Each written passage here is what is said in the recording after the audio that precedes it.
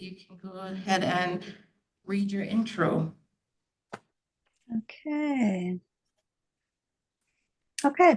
For internet access to view the meeting and provide live oral testimony, please use the link at the top of the agenda. You will be asked to enter your name.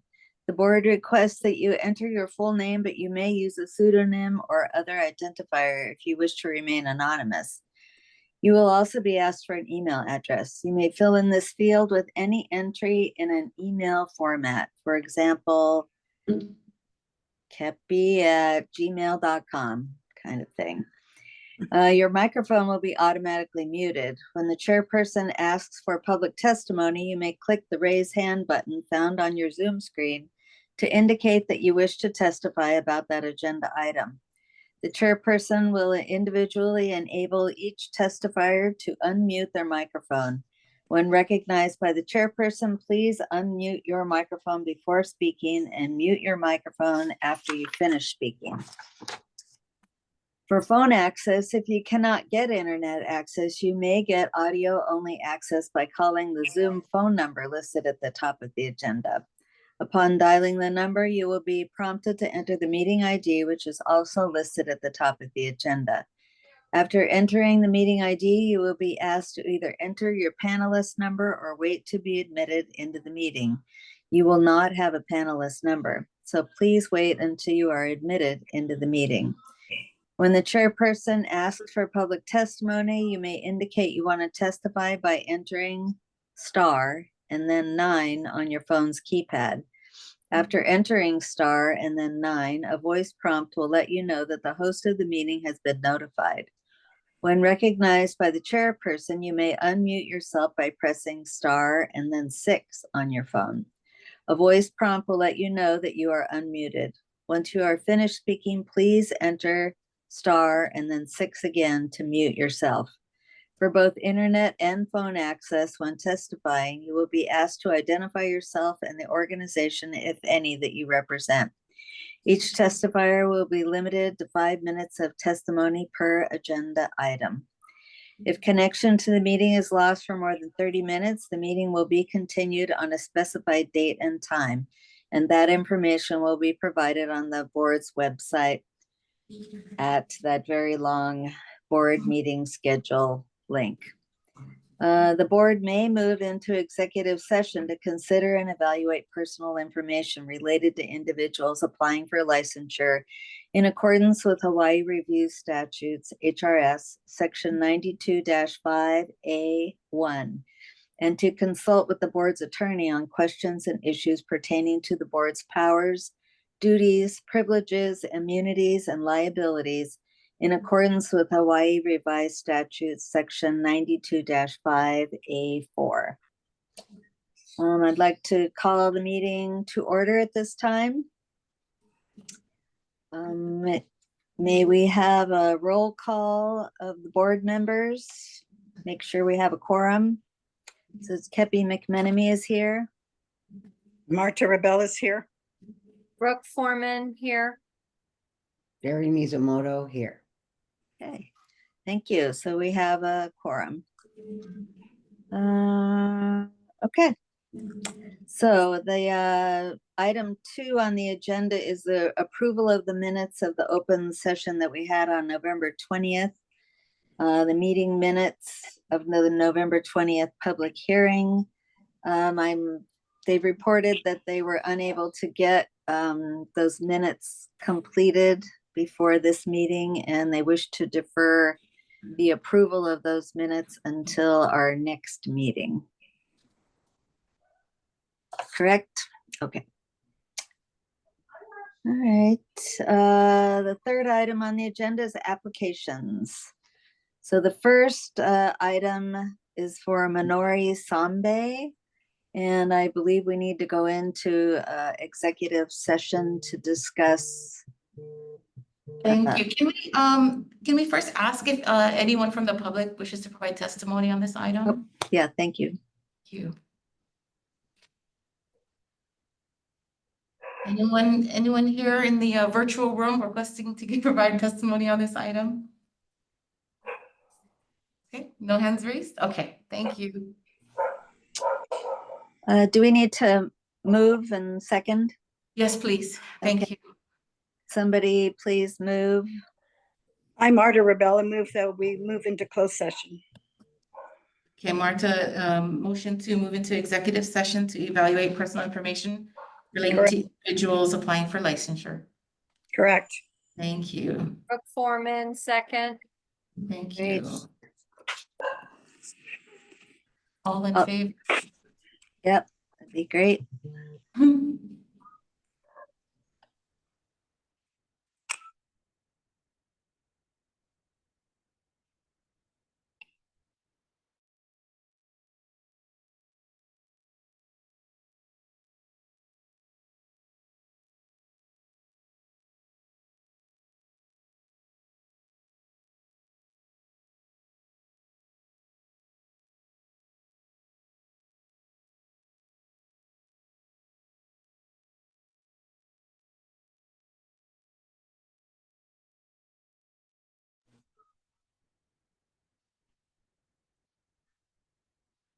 Are we in executive session?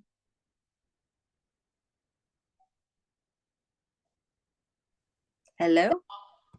Can you hear us? Are we unmuted? Yes. I can hear now. Okay, so we apologize. We're back in open session because we need to all vote. You need to all vote on the motion in the second.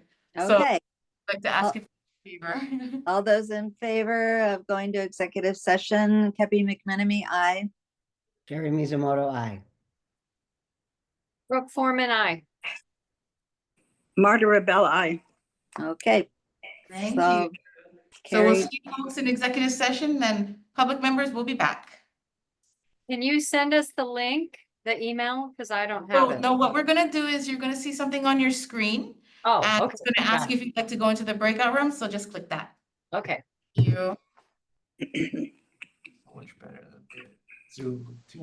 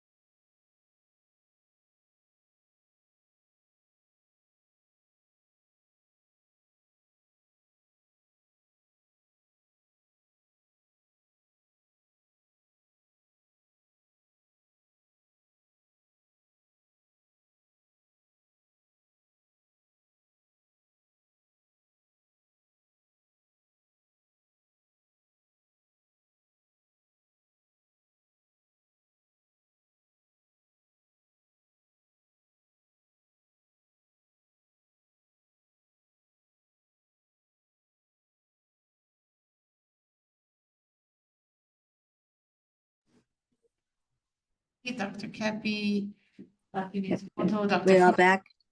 There we go. Everybody's here. Okay. So after coming out of executive session, item 3A1, Minori Sambe, we'll defer that pending further information. Do we need to take a vote on that? I think if you want, you can also read the ratifications out. Okay. Okay, great. And then B, there are ratifications as listed for acupuncturists and intern permits. Would somebody like to move to accept? I move to accept the ratifications. This is Brooke Foreman. And the deferral, yeah? Yeah. Okay. thank And you. the deferral. Great, somebody second? I second it, Sherry Mizumoto. Thank you. All those in favor, Kepi McMenamy, aye. Brooke Sherry Foreman, aye. Mizumoto, aye. Great. Marta, She's on mute. It happens to all of us. Marta Rebella, I. okay, great. Okay, so be it. Congratulations to them. Yeah, congratulations. I know a couple of them. Yay. Okay, moving on to item 4 on the agenda, the 2025 legislation. Do we have anybody that would like to make comments on that? Anyone from the public requesting to give oral testimony on this item? There are no raised hands. Great. Sorry. No raised hands? Okay. Great.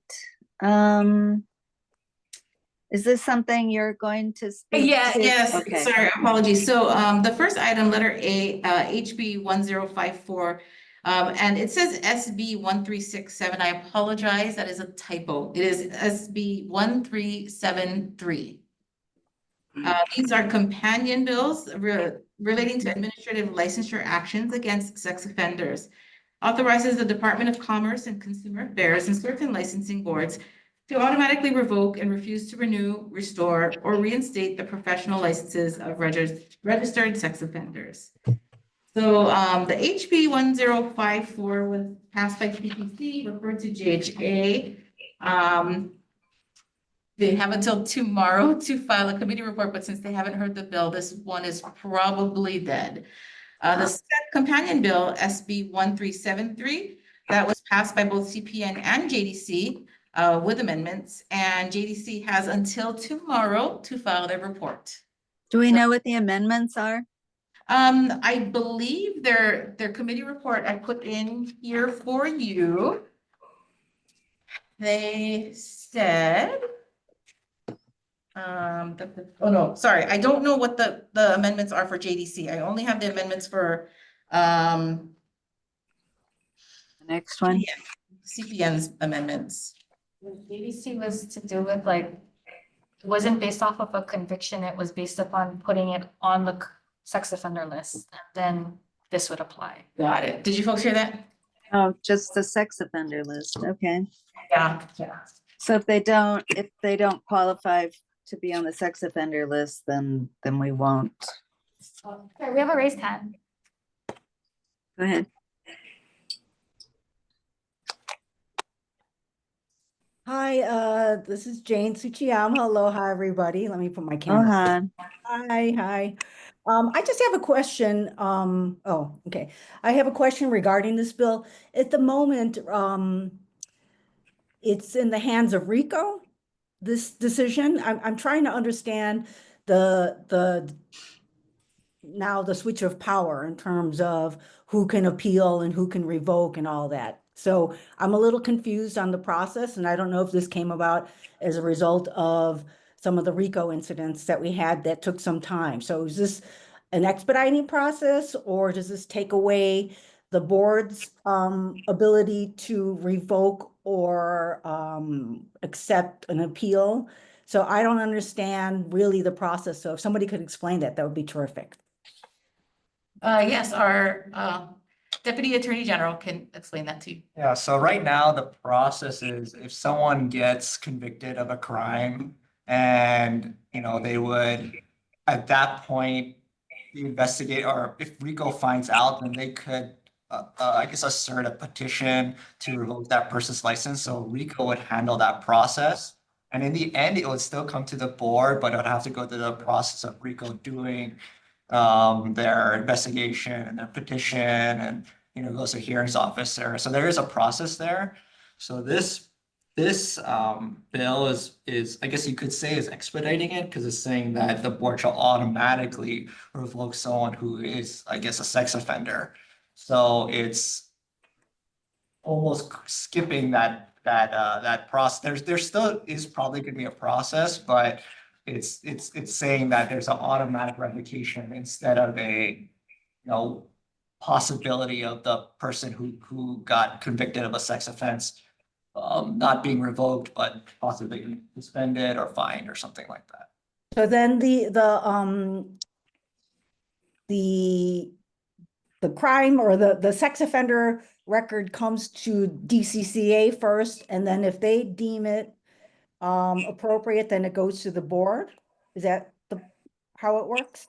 So I mean, the exact process on, DCCA and the board finding out whether they meet this criteria of the sex offender list, that's not set forth in the statute. So that's gonna have to be something that's eventually worked out and, like Mhm. procedurally what that's gonna look like, Mhm. So yeah, can't answer that one. So does this take away any of the decision-making sort of the discussion aspect from the board? So I mean, the only thing it would take away is basically it's mandating that if a person meets the criteria, then they're automatically revoked.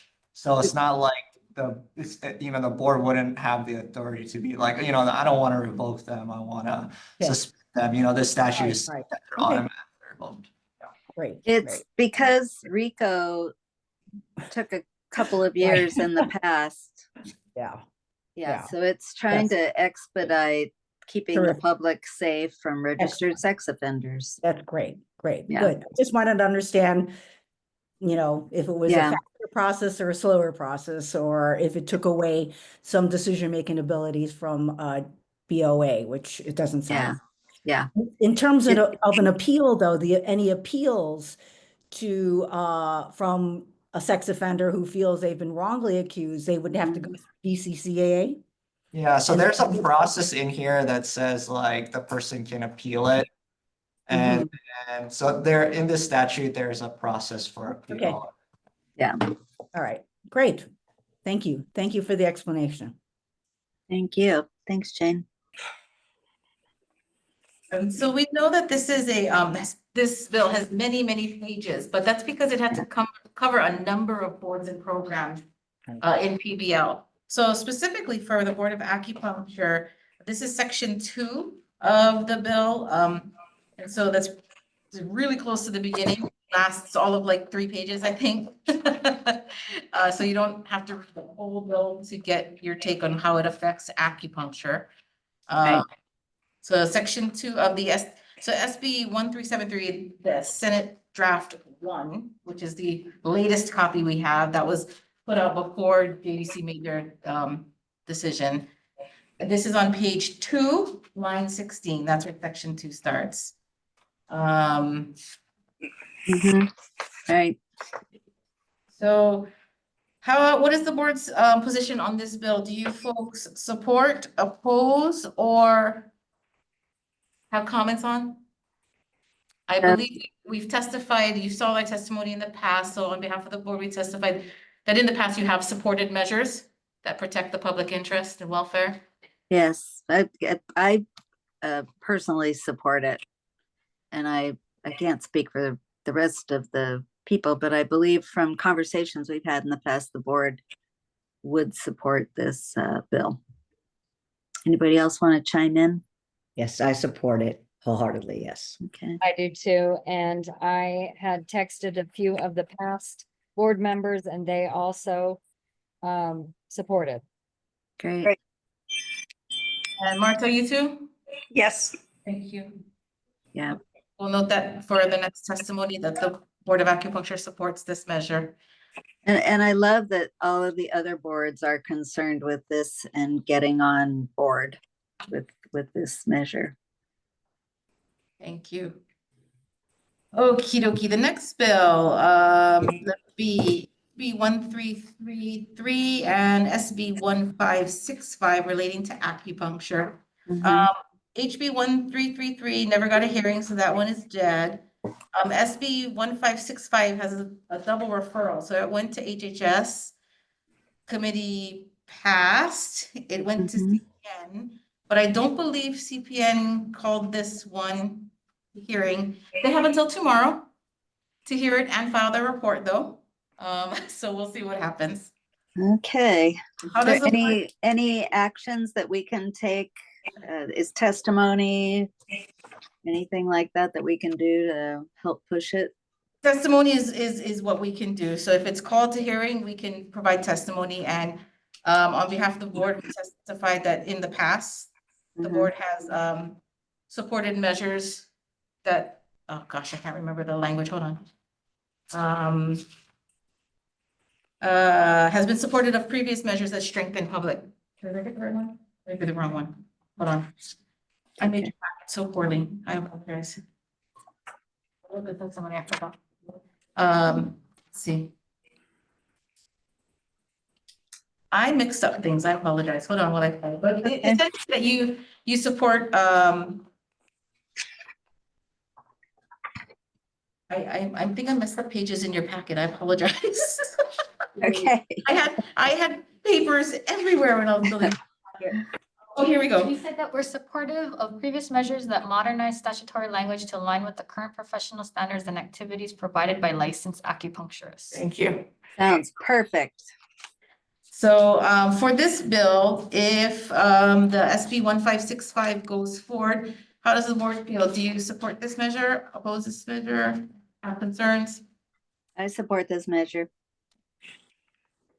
Same. Yes, I support it. Yes, me too. Okay. Can you guys speak to like what this would allow you guys to do if you guys are recognized as essential healthcare providers, just so that we have stuff to put in the testimony? I'm sorry, say that again. I missed it. If this goes through, what this would allow you to do as acupuncturist, I just need a little bit more information to put in the testimony. I believe that what the point of this is mostly insurance related and Medicare, Medi-Cal, trying to get us included, even in the governor's verbiage, that we are essential healthcare providers along with chiropractors and physical therapists. And so it's just changing the wording to elevate our profession along with others.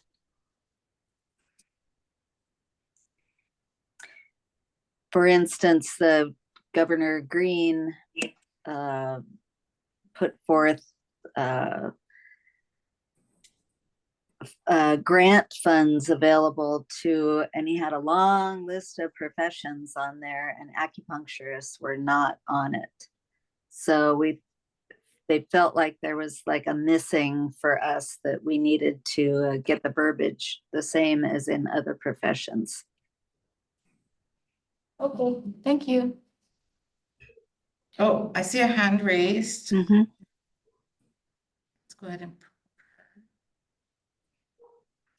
Sorry, I'm on mute, sorry. Kepi mentioned the word elevate, and I think it's more parity as opposed to elevation. So I don't want you to think that we're grabbing, but I think that it's just basically, we just wanted to be on the same playing field. Right. Should there be a call for essential healthcare workers? Thank you. Thank you. I'm sorry, Ms. Tsuchiyama, can you, do you represent an organization or anything? Or are you just a private citizen? Today I'm here just as Jane, but so yeah, I'm not here representing anybody. An acupuncturist in Hawaii. Right, exactly. Okay. Thank you, just Jane. But if you do need, I don't know who was asking that question. Sorry. Chelsea. Oh, hi, Chelsea. Yeah, we met last meeting. This is Jane from an acupuncturist in Hawaii, but I happen to be on the board of the NCCOM. But I'm not here as in that position. I'm here just as me. Yeah. Okay. Great. We have another hand raised. Okay, go ahead. Hello, can you hear me? Yes. Well, just to add on to this bill is that when the state has some kind of funds that would help healthcare providers to pay off their student loans, so medical doctors and other healthcare professions to retain the healthcare profession here, which is in shortage, they have incentive to for the students to apply to pay off loans, and there was a grant that was given to UH Medical School, and I think with this inclusion of the language that future acupuncturist students can apply for student loan relief of some sort. That's just my intention of part of this bill. I guess that's it I have to say. Thank you. Thank you. Thank you, Wilo.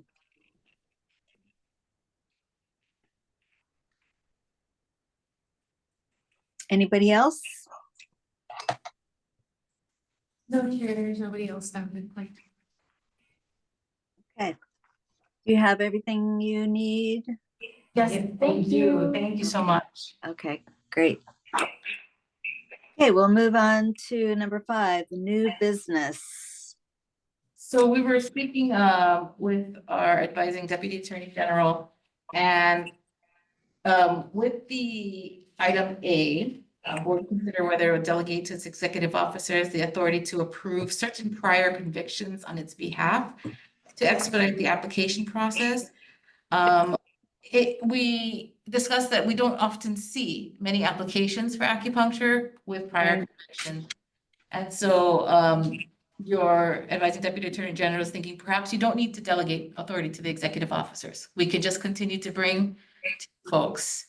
if Great. Agreeable. Yes.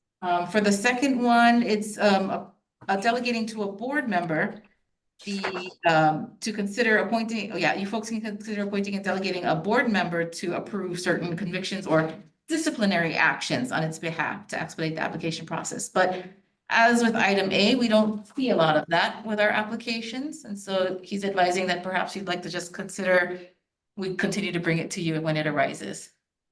How do you folks feel about that? I would definitely support that. Me too. Brooke Foreman. Okay. Yes, and I also, Sharon Mizumoto. Great. Thank you so much. Marta too. Thank you. Okay, great. All right, we all agreed on that. I guess we should have, The vote or what? That's good. The consensus of the board is no delegations. We Yeah. got that. Thank you. I guess I should have asked if there was any comments on it, but Oh, yeah. Sorry. Thank you for thinking. Does anybody have any comments on that now that the board has made its consensus? Yeah, sorry. it's okay to be different than us, but Thank you. No raise hand. Nope, no raise hand. no raised hands. Okay, great. Okay, great. On to number 6, the next meeting date, April 10th at 1 o'clock. Does that put us back on our regular schedule? Yes. Okay, yeah, good. Second Thursday, 1 o'clock. And you're saying we're having it virtually again? Well, if we can, we'll do the in-person and virtual. So we normally, you know, if you are able to, you fly to Honolulu. And then I apologize again that we had to move this one, so it made things a little less convenient. But we'll also have the virtual component, so it'll be a hybrid. Okay, okay, great. A hybrid. Everybody okay with that date? Any conflicts? Nope. No, Sorry, Dr. Kepi, Dr. Lowe was raising his hand. Yes. Go ahead, Dr. Lowe.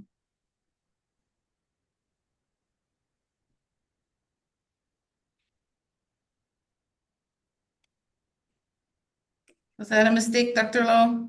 Can't hear you. Mute. Sorry, I got to unmute. That's okay. Yeah, I have a question regarding, your administrative bill. When does that take into effect? Because some students are concerned about, all the things that going to happen about laboring herbs and, getting board exams, all the 4 board exams, when will it take effect? Are you talking about the rules package at the last meeting? Yes, exactly. Okay, so we don't have that on the agenda today, so we cannot discuss that. I apologize, but as we discussed in the last meeting, the recording is up about the process that we have to go through. So if you'd like, you can go ahead and review, look at the recording that's online and the process that we must now follow in order to get the rules package through its course. Okay, so it's not a done deal yet then. There is a process that we have to go through. It went through the hearing, but there's the Small Business Regulatory Board, there's Right. et cetera, et cetera. So there's still a lot of work for us to do. Okay, But, so yeah. a lot of work to do. So, can you let us know if we need help from us to move it along? Thank you. If you'd like to apply for the job at the DCCA to be an executive officer or a secretary, we really appreciate the help. It's part of the process. Nothing happens from just a snap of the fingers, right? It has to go through regulatory boards. It has to make sure that all the right documents are filed. It goes up the chain, the attorney generals review it again, and the LRB, and the last one is the governor's office. It takes time to do all of these things. The Small Business Regulatory Board has their own meetings and agenda, so we have to get onto their agenda, but there's work that must be done before we get there. So- Didn't the Small Business Regulatory already pass it? Isn't that the one we already did? After the hearing. It goes back to them after the Oh, hearing. Okay, Like I said, Okay. it's a process. all right. So, Thank you. I guess we should probably, I would like to keep that as just a regular agenda item. well, when we have an update for you, how about that? We can put it on the agenda. I mean, we can look at that going forward. But we'll check with the DAGs on that one. Well, even if you don't have one, it's good to have, I think it's good to have it on there and just say we don't have an update, because then it stays in everyone's minds that we still have it on our radar. Yeah, we'll confer with the DAGs when we get to the agenda making. Okay, great. We'll take their Thank comments. you. Yeah, perfect. Thank you. Okay, anything else? Anybody? That's all we have on there. Okay, adjourn. I hereby adjourn this meeting. Thank you so much. Thank you, guys. Thank you. Bye. Right.